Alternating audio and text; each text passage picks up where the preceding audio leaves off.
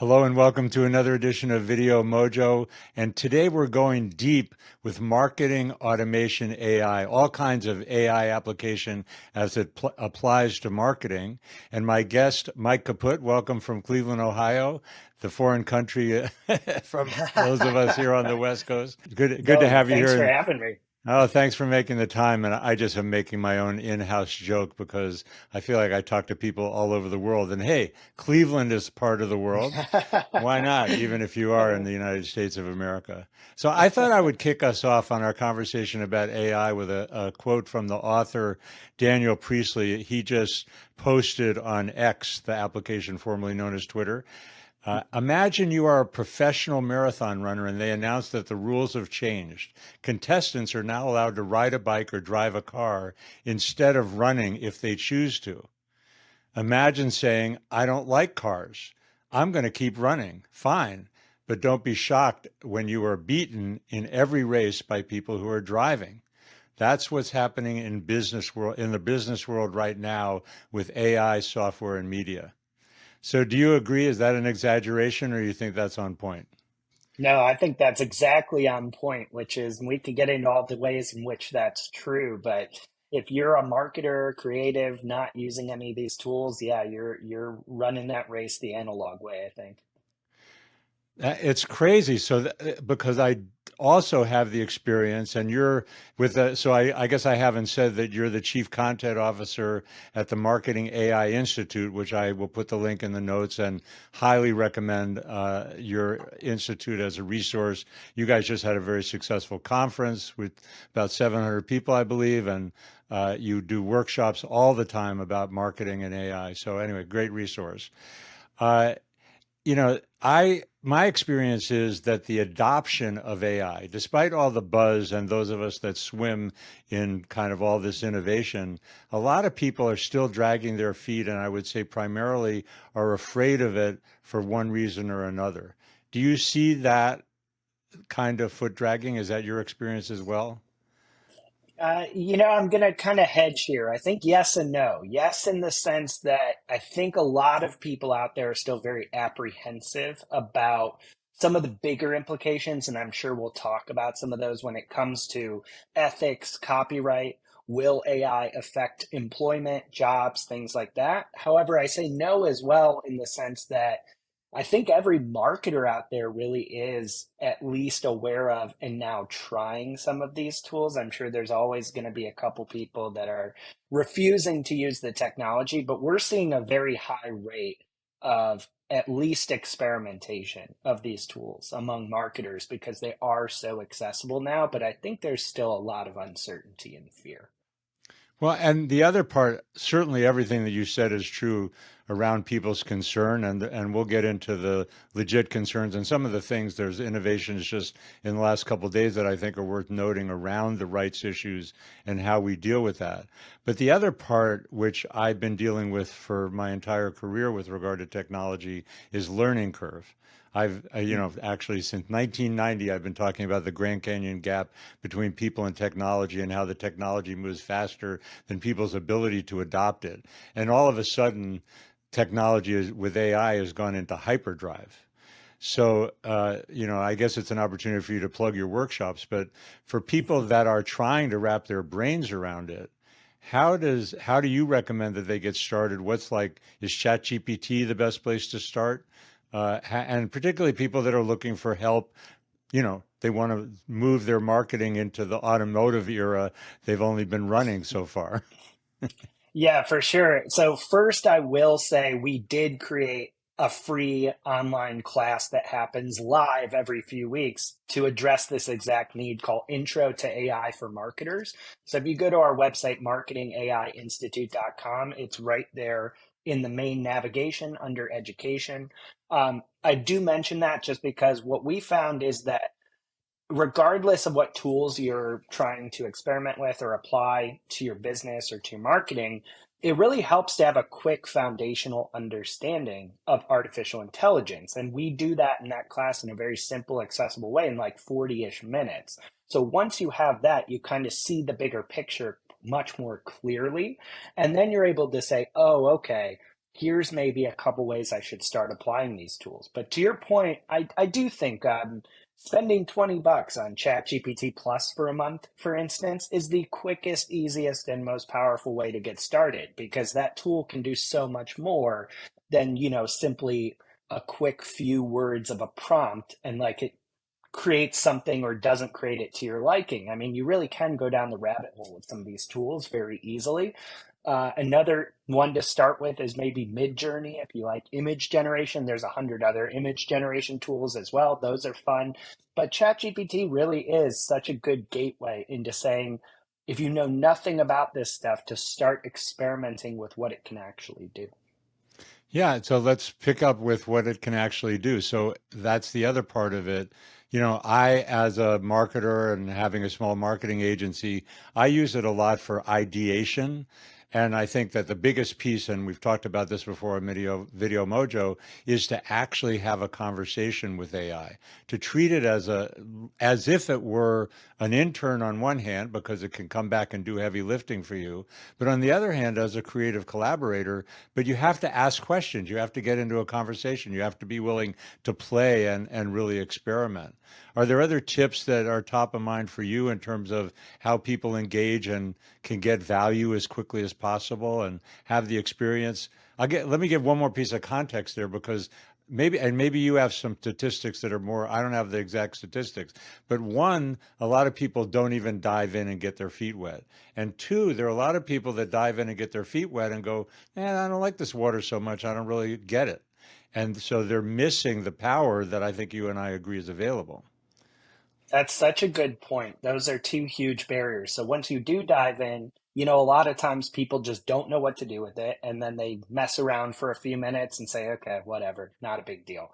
Or they try to do something with it and the immediate result is not perfect or not exactly what they were told it was going to be. These tools are just that. They're tools. They take time to understand and start using effectively. And they can't do every single thing. They're not totally magic, but they're really, really powerful. I mean, so for instance, with any of the tools you're prompting in a text fashion to produce text outputs, like a chat GPT, for instance, I mean, context and content is really, really important.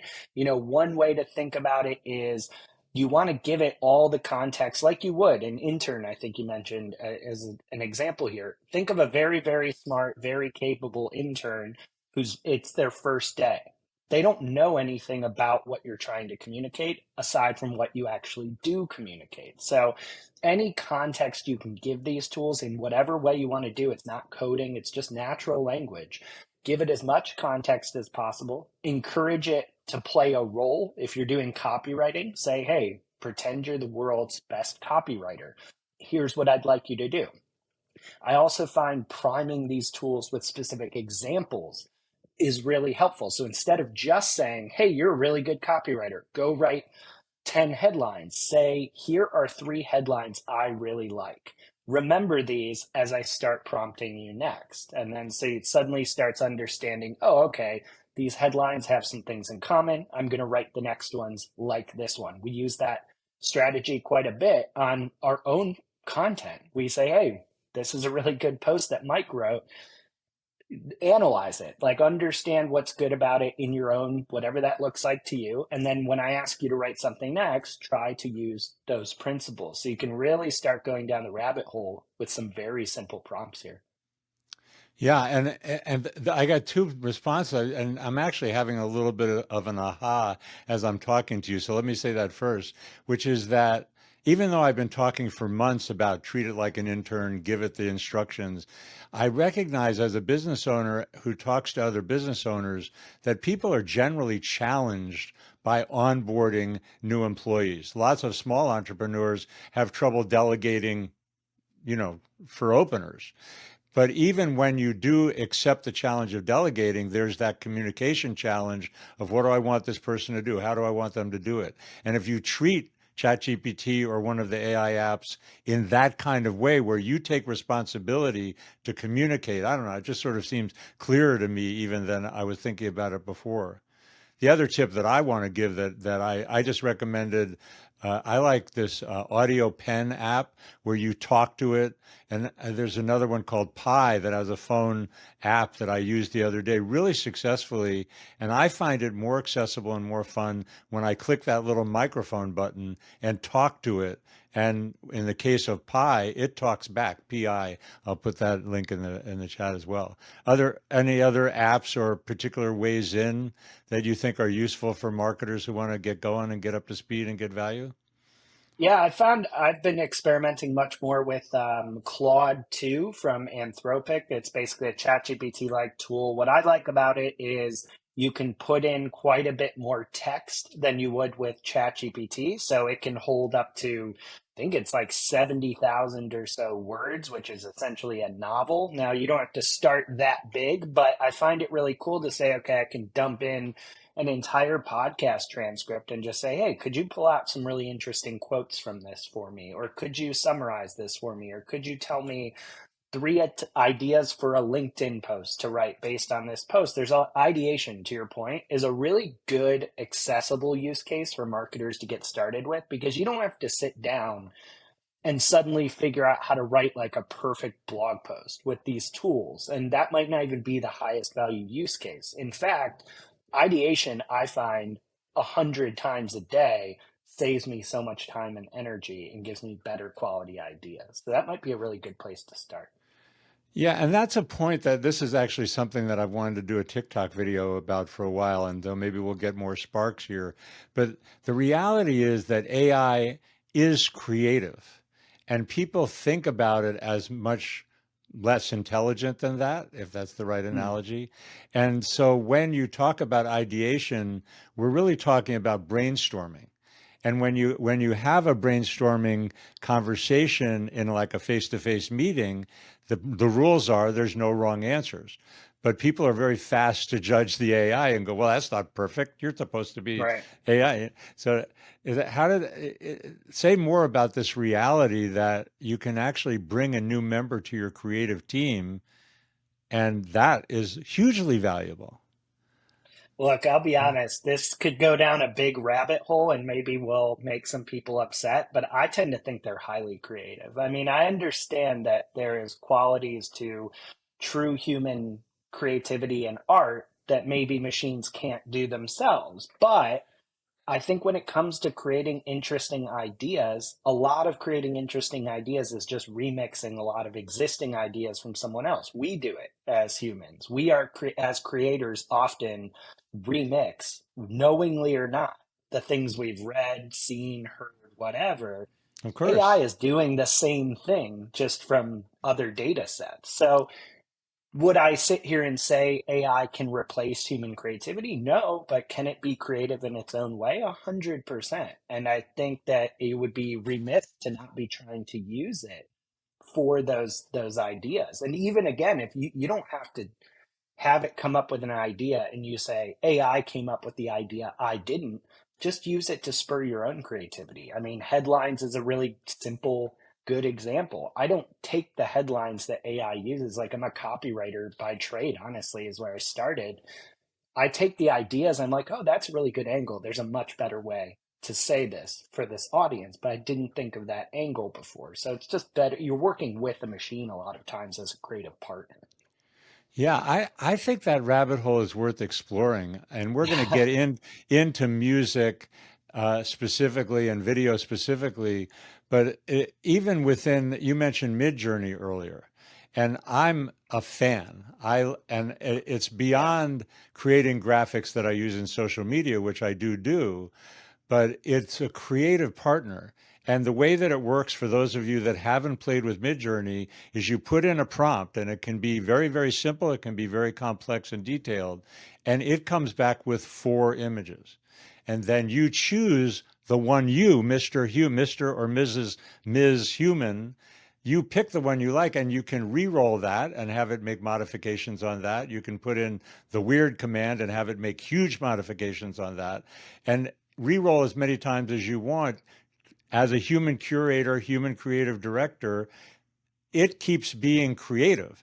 I mean, does it give you ideas? Oh my God, it has like every graphic style under the sun. and it'll play with you specifically or it'll play with you randomly, but it's a creative partner. You can't convince me it's not. So Yeah, it's interesting absolutely. that that's controversial. Do you want to say more about the controversy? Because it's like, I just think there's a big misconception here that the AI is going to like rule our world as opposed to be our useful collaborator. Yeah, I think the controversy that I see, and I don't know how widespread it is, but I know that people get offended when you say machines can have these creative outputs because it's threatening sometimes to people that identify as very, very creative, right? They think it comes from fear, I think, at the end of the day. And I understand and I empathize. Like, people just don't fully understand what's going on here and the exciting possibilities, and they get very scared, like, well, okay, maybe my livelihood or the thing I really like doing that gives me satisfaction is going to be automated or commoditized or what have you. I assume that's where some of the fear comes from that makes ideas like this controversial. I don't know. Yeah, so I'll make the bridge from exactly what you just said into the music world. You know, the practical example is that musicians have been using electronic generated sounds for decades now, and that there are AI tools of all varieties that musicians use to create compositions. And there is a model that I look at very positive, but I want your view about it, that just was announced yesterday that YouTube is collaborating with the Universal Music Group, which I remember, I have to say, going back to the early days of Napster, Universal Music Group was one of the biggest resistors. And I remember the, at that time, CEO saying that he's going to wage a war on Napster. Hmm. And of course, Spotify and Apple Music and all that is like now water under the bridge. Everybody's sharing digital rights. And the reason for the YouTube Universal collaboration, as I understand it, they're doing an incubator, is to bring established recording musicians into the fold and talk about, they have basic principles that they've agreed on how to use AI appropriately, and presumably at some point get the musicians whose material is being used as source some form of compensation. Am I representing that correctly? Do you also think it's a positive thing? I personally do. I mean, I'm sure there are people that don't, but I think you have to figure out models and ways of working with and alongside this technology and the innovation and disruption it's already producing. I don't think sticking your head in the sand, like you made the point about, like they did with Napster, with streaming services, even in the beginning, it's just not an option. And I'm glad they're learning from it. Now, I don't know the way forward. It might get very messy for certain artists and how they feel about their output, about their income, about their ability to do what they've always done. However, I just think there's no point to actually trying to resist this technology by ignoring it. Yeah, you can't ignore it. You certainly can resist it, but it is a futile effort. And at the same time, talking about the rights issue, I love the episode, by the way, referring people to an earlier edition of Video Mojo with David Boyle. He called it uh, uh, not an intellectual, but an ethical conundrum or an ethical dilemma that we have, in the same way you made an excellent point earlier in terms of we all creatively take inspiration for other people, and that's Yeah. what the AI is doing, the same kind of thing, and we want to have some kind of compensation. He made a kind of radical point of view, which I think is controversial, and I'd love your take on, which was, because this is so empowering, AI is so empowering and such a field leveler, particularly for people in the developing world, he doesn't Mm. think artists should be able to opt out of the data pool because he wants the full resources to be available globally, particularly to those who can use a leg up as a result of these AI technologies. Oh What do you wow. think about Yeah, what do you think? that's really interesting. I think that gets into certainly murky territory with what the rights are of the people whose data is being used, but it's certainly an argument that I understand. I Right, don't when know if and it'll just play. case in point, the New York Times has said that they will Right, not allow their data to be used by ChatGPT or by OpenAI. right, right. So that's the other point of view, and we have this conundrum. Go ahead. I'm sorry.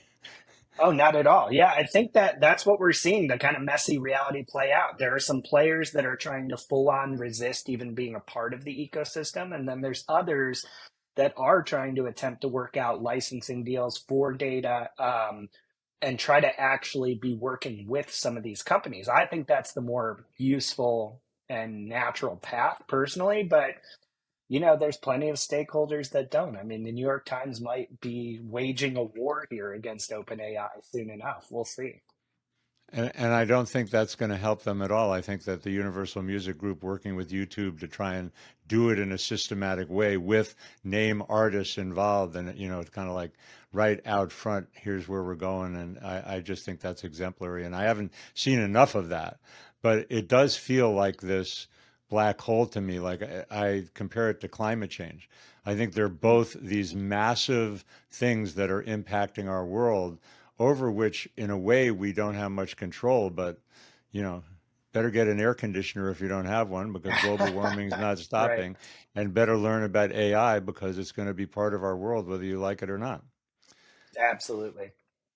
Yeah. So, what else about marketing AI? So, we talked a little bit about image generation. Let's go one thing about that. So I love Midjourney. I think Midjourney, the quality is about the best I've seen. I haven't done that much with Stable Diffusion, which is another option.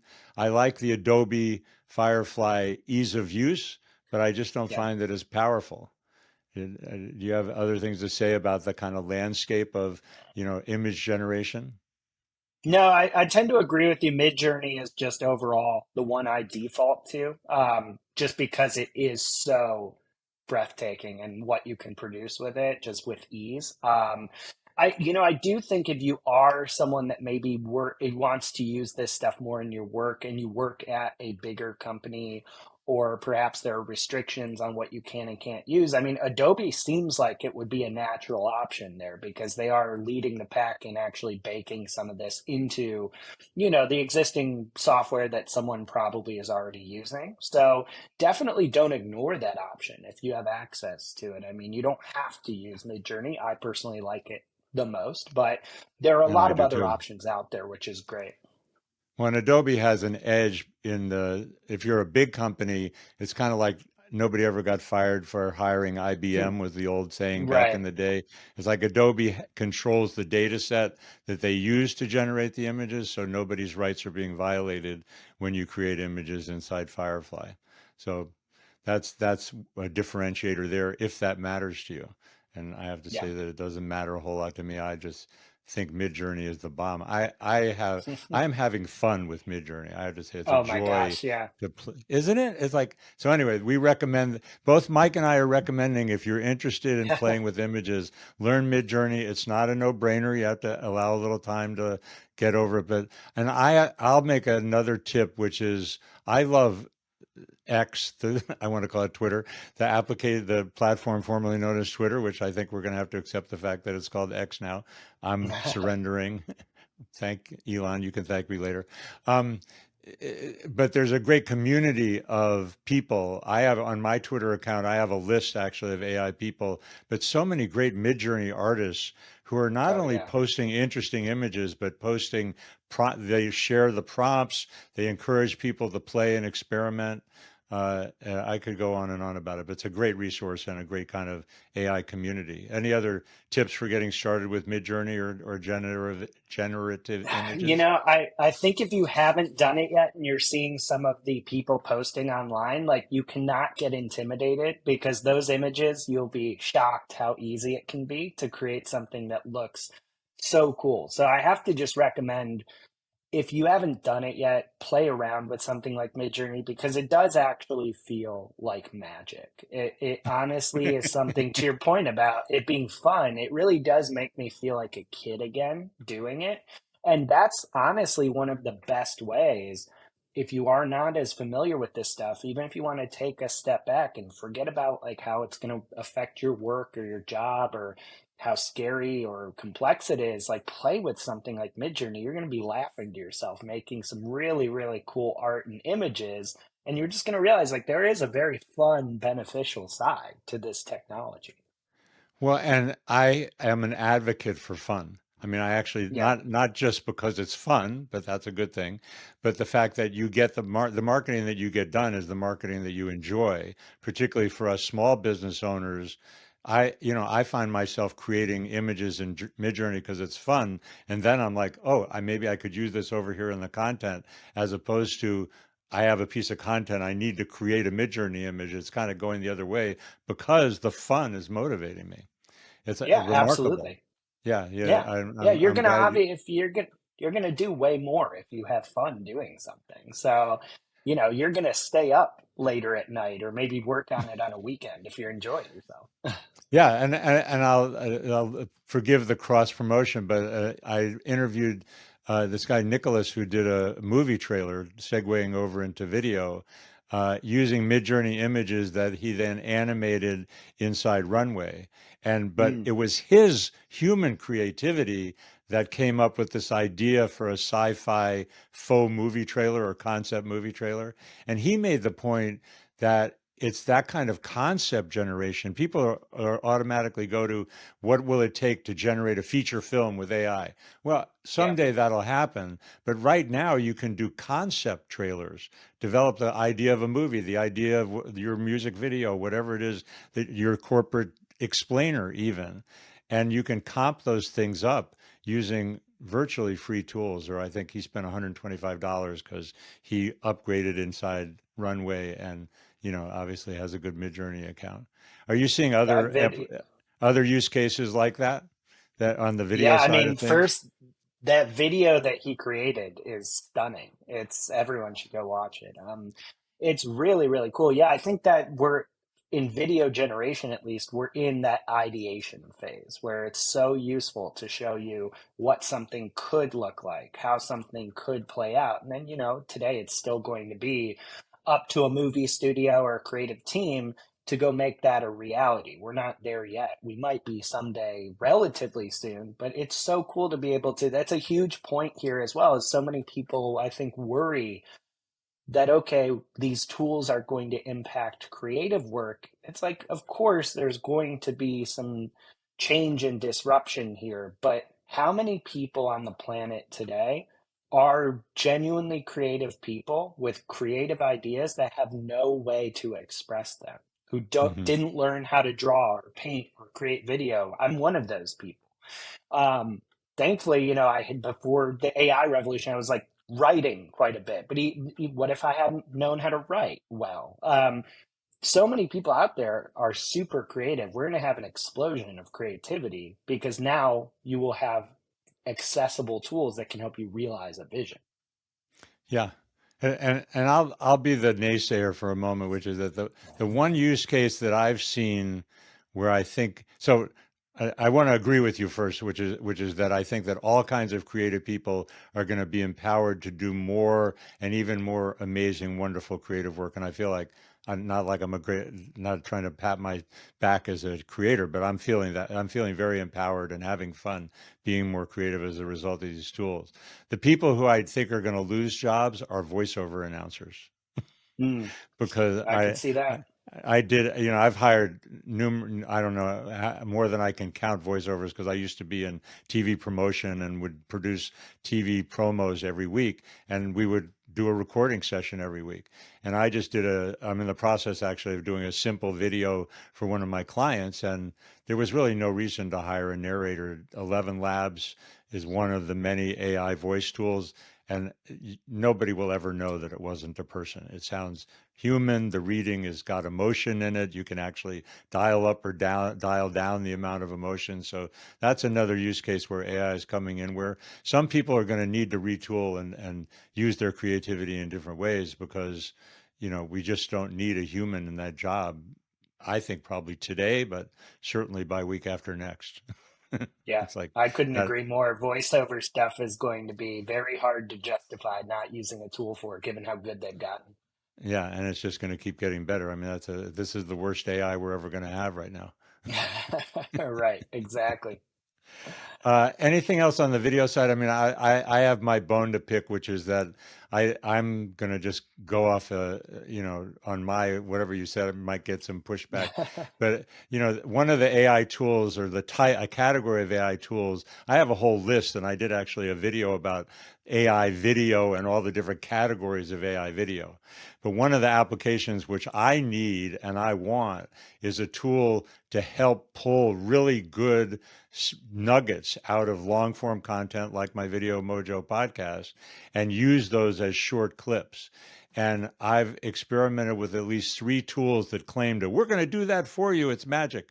And I'm not happy with any of them. I think that like you were saying before with writing, you don't take what the AI gives you verbatim ever. I think it's like, just like, I'll just say that you always need to bring your writer's mind, your creative director's mind to craft that. And that's even more true of pulling these clips and making them into useful nuggets, because the worst kind of content marketing is just content for the sake of content. Please don't pollute our world with that kind of content, people. We want really good content. I'm not willing to do short nuggets out of my Video Mojos that aren't like good nuggets. And it takes crafting, just like kind of editing a press release or something, to take segments and craft them into really good short videos. So, where any pushback there, or are you seeing the same thing? Yeah, I mean, I think the a big point here is that so I mean, yeah, we haven't done a ton of deep dives into all the different video clip tools out there, but that's a really good point you made in the sense of a lot of people are just tempted to use these tools to be like, oh, I can create 10 times the amount of content in 1/10 of the time or whatever. And like saving time and creating more content are fine in theory. But if all you're doing is saying, I'm going to splice up a long video into crappy video clips, not care about the quality, none of it matters. I'm just going to like scale and flood the market with crappy content. I mean, you're thinking about it all wrong. I mean, you cannot, this stuff is not necessarily magic in like flicking a button and suddenly you're going to have all this world-class content. That's just not how it works. So I think some people do need to scale down their expectations a little bit with from that perspective. Unfortunately, some people have just started churning out, for instance, hundreds and hundreds of articles that are very low quality. I don't really know what their end game is, but they appear to be doing it using AI. It's the same thing that we've done in the past with outsourcing content or like writing, clickbait SEO without AI. It's just happening faster and at scale. And unfortunately, some of the vendors don't help either. I mean, there's a lot of wild claims out there of people saying, like, hey, this will do everything like magic. That's often not true. No, it's absolutely not. Yeah, awesome. So I forgot the other thing in introducing you. I like to think of you as the fire hose of apps, because at the Marketing AI Institute workshops I've done, that's been part of the workshop you've done, of kind of giving an overview of so many apps. But is there anything else for marketing people in particular that we haven't touched on that you think people should know about? Just something that's top of mind for me that I would just encourage every marketer who does anything with data to explore is a feature in ChatGPT that's now available called Code Interpreter. I honestly have not been floored away as much as I have by this tool. Just basically, you can upload spreadsheets of data, and you've got a pretty darn good AI data analyst on your team suddenly. So, like for instance, we're about to release a big report based on a survey that we did of about 900 people. We do this every year. It takes me personally dozens of hours to analyze all the data and extract charts and data points from it. And it's not even that complex, it's just a lot of data. Hmm. This thing can do it in like minutes. And you basically upload all this data, say, hey, tell me interesting things about this data set, or hey, compare these 5 data points, and it just does it for you. And you have to still tinker a bit with it, but Code Interpreter alone is like worth the price of admission for ChatGPT Plus, I would say. So it's just like a really cool outside of, just the written and image generative AI stuff. This is like if you do data analysis, you have to be experimenting with this tool. Yeah, that's really valuable. And I love hearing those specific kind of practical use cases where clearly you are getting some very specific and concrete kind of benefit. And that's the piece that I'll cycle back to in terms of, people that are taking a shotgun approach to blasting out content, which is Mm. that at the end of the day, we're building relationships in business. And even if you're not specifically making the kind of eye contact that I think video is so good at and is an important part of why video is a differentiator. If you're not producing quality content, you're not building relationships, you're not making the world a better place. And at the end of the day, you're not going to make sales because people are only attracted to do business with people who make a difference, who are authentic, who are, really trying to be valuable. So yeah, any other bottom line takeaways that you want to leave people with? That's a really important one. You really have to have, and I'll kind of build on it. You have to have essentially your vision, your mission, your strategy, and or your use case before you bake AI into this, right? Like go experiment with AI, do whatever you want to try to do with it. It's You need to have like your North Star first and say, this is what our company does. This is our value proposition. This is how we market. This is our message. These are the values. These are the connections we're making with customers. And then you're going to add this stuff on top of it to really help you kind of have superpowers. You're not going to become a superhero just by using AI without that like soul of your company or your creative work, right? So that's all I would encourage people to do is understand that it is extremely powerful. It can sometimes feel like magic, but it's additive on top of what you're already doing. Now, it may enable new use cases and things over time, but if you don't have a dialed in understanding of your customer or don't know how to build strong relationships with people, it's not going to matter if you're using it. Yeah, I love that about the superpowers. As the strategy and really kind of knowing where you're going and the clear direction is a foundation that is irreplaceable, and AI can only build on top of it. So Mike Kaput and the Marketing AI Institute. So it's marketingaiinstitute.com. Any other coordinates that you want people to look up? I personally have benefited from your content. I'm a fan. I'm really grateful that you took the time to be on today, and I look forward to collaborating with you guys more in the future. Anything else contact wise or recommendation wise that you want to point people to? No, I would just say go check out on our website under education, the Intro to AI course. That's the best gateway to kind of get started with this stuff. If you're just getting started here, feel free to connect with me on LinkedIn. Pretty easy to find, just Mike Kaput. Happy to answer any questions or talk further about this stuff. We look forward to just building a community of marketers who are looking forward to exploring what's possible with AI. Yeah, and you're doing ongoing programs about about writing for marketers, right? Using AI. Is that correct?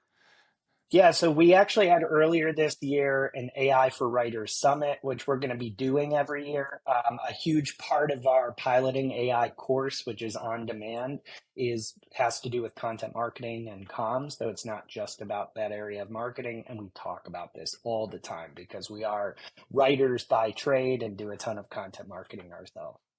Yep. And Paul Reutzer is the founder CEO. He's another good guy to follow on social media. Yes. A lot of good content coming from you guys. Thanks again, Mike. Really appreciate you being here. John, thanks so much. Thanks again for watching this episode of Video Mojo. If you want more about AI and marketing, I want to really recommend this episode with David Boyle, who is a really quite accomplished and smart marketing strategy consultant and also author of a whole series of books on using AI in business marketing called Prompt. And we had a great conversation about AI and marketing, and you might want to check it out. Thank you again so much for your kind attention. I really do appreciate it, and we'll see you in the next episode.